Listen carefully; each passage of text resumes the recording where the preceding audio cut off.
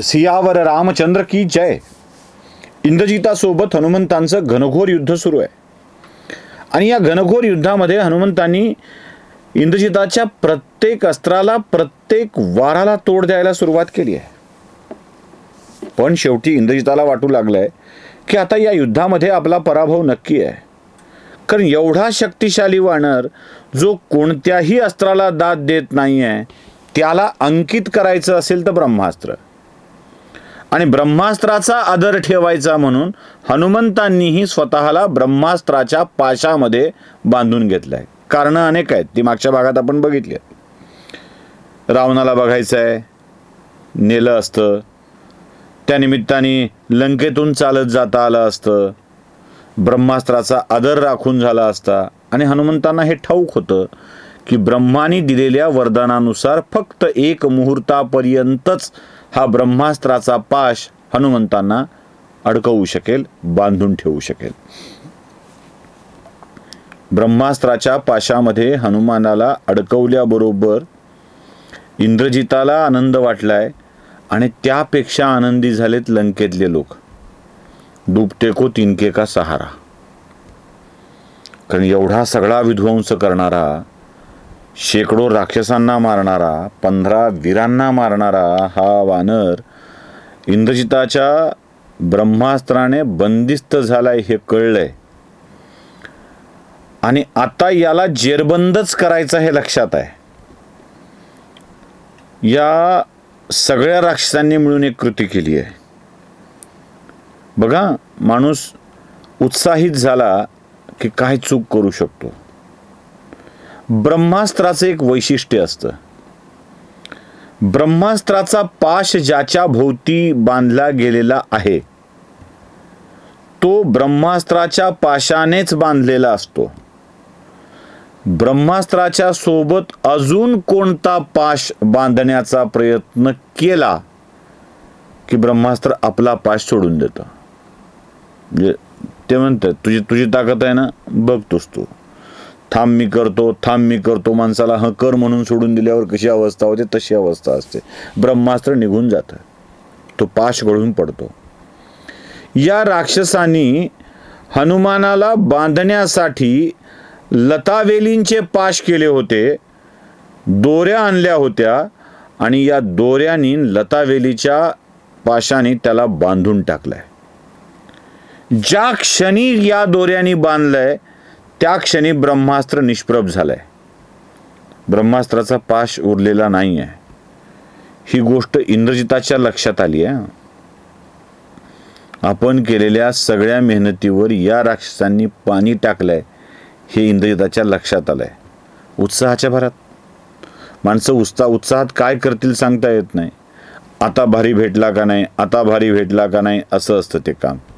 म्हणजे आपल्या घरातला एखादा मोठा माणूस जरा तगडा असावा, त्याला गावातल्या लोकांनी घाबरावं आणि त्याला घेऊन आपण गल्लीत गेल्यावर आता ये बरं म्हणायची जी धमकी दाखवतात ना लहान मुलं, आता समोर येऊन बघ, आता करून बघ, ते धमकी दाखवणं खरंच जर एखादा तगडा समोरून आला तर कसं अंगलट येतं, तसं आहे हे.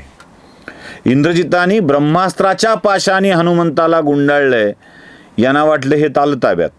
त्या बिचाऱ्यांना कुठे माहीत की ब्रह्मास्त्र सुद्धा काही काळच बांधून ठेवू शकणार होतं आणि हनुमंतांची इच्छा असेल तरच ते स्वतःला बांधून घेतील, नाहीतर नाही.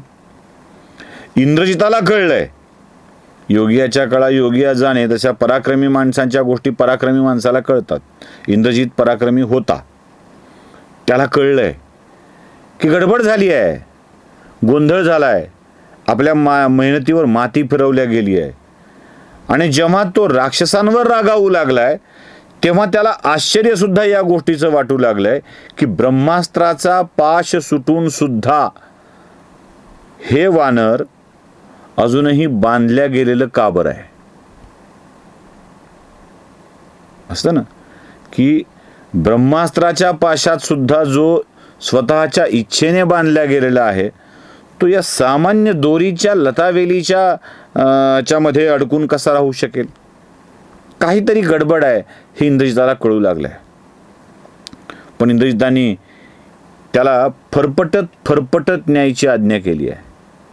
रथावर स्वार झालेला इंद्रजित विजय मिळाल्याचा आनंद आहे. मनात आलेल्या शंकेला बाजूला केलं आणि सांगितलं की या माकडाला फरफटत घेऊन महाराजांच्या दरबारात घेऊन चला. मग काय, ती राक्षसच. त्याने आपलं हनुमानाला डिवचायला सुरुवात केली आहे. कोणी ओढतंय, कोणी काय करतंय आणि हनुमान शांतपणे त्यांच्यासोबत चाललेले आहेत. हनुमानाच्या डोक्यात वेगवेगळी गणित आहेत त्यावेळेला, म्हणजे उगा असं काही नसतं, वेगवेगळी गणित आहेत.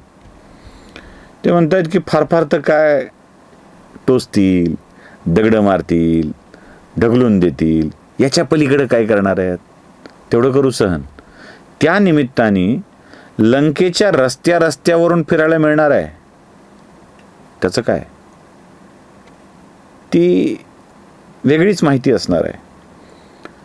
मग लंकेच्या रस्त्यावरून त्याला फिरवत हनुमंतांना फिरवत रावणाला भेटण्याच्या इच्छेने ते गेलेले आहेत.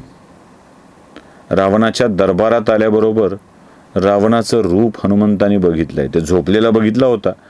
झोपलेला असल्यामुळं अंगावर दागिने, चांगली वस्त्र असण्याचं कारण नव्हतं. पण रावणाचं रूप फार छान सांगितलंय रामायणात.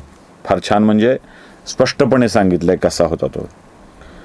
काळा कभिन्न रावण, श्रीलंकेतला असल्यामुळं तो रंगातला काळेपणा असणारच आहे. काळा कभिन्न रावण आणि त्यात त्याच्या अंगावरची रत्न, माणिक, सुवर्णालंकार अशी वेगवेगळी आहेत. अस्ताईला निघालेल्या अरुणासारखा ते दृश्य दिसत आहे. म्हणजे एका बाजूला काळोख आहे आणि तांबूस वर्ण वेगळाच दिसतो, तसं ते रूप दिसत आहे.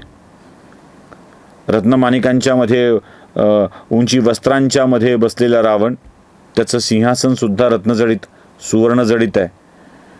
दरबारातल्या सगळ्याच गोष्टी कशा अत्यंत सुंदर, नीटच्या, सुबक आणि रावणाच्या सामर्थ्याचं प्रतिनिधित्व करणाऱ्या, त्या स्पष्टपणे दाखवणाऱ्या त्या गोष्टी बघून रावणाच्या शक्तीची जाणीव हनुमंताला होती आहे. रावणानेही हनुमंताला बघितलेलं आहे. अंगावर वेगवेगळ्या जखमा असल्यामुळं, रक्तस्राव होऊ लागल्यामुळं तांबूस वर्णाचे झालेले हनुमान, डोळ्यामधून राग आहे, अंगार ओकणारे हनुमान. हाच तो वानर ज्यानं माझ्या पुत्राला मारलेला आहे. हाच तो वानर ज्याने माझ्या 7 मंत्रीपुत्रांना मारलेला आहे. हाच तो वानर ज्यानं माझ्या 5 सेनापतींना मारलेला आहे. आणि ही सगळी जाणीव रावणाच्या मनामध्ये येते तेव्हा तो प्रचंड चिडतोय हनुमंतांच्यावरती. आणि हा हनुमान मात्र शांतपणे रावणाच्या दरबारात उभे आहेत. रावणाच्या मनामध्ये अनेक शंका येत आहेत. मी कैलासावर गेल्यावर शिवाचा सेवक नंदीला त्याचा उपहास केला होता. त्या उपहासाचा बदला घ्यायला तर नंदी आला नसेल. हा इंद्राने पाठवलेला कोणता दूत तर नसेल. असे अनेक प्रश्न रावणाच्या मनामध्ये आहेत. आणि जाणून घ्यायचं आहे की हे वानर खरंच वानर आहे, सामान्य वानर आहे की अजून कोणी आहे. पण ही जबाबदारी रावणाने आपल्या सेनापती असलेल्या प्रहस्तावर दिलेली आहे. आणि त्याला विचारलंय, विचार त्याला, नेमका तू कोण आहेस. प्रहस्ताने देखील चौकशीला आरंभ केलाय. काय करतोय प्रहस्त चौकशी, हनुमान त्याला उत्तर कसं देतात हे बघूया पुढच्या भागामध्ये. सियावर रामचंद्र की जय.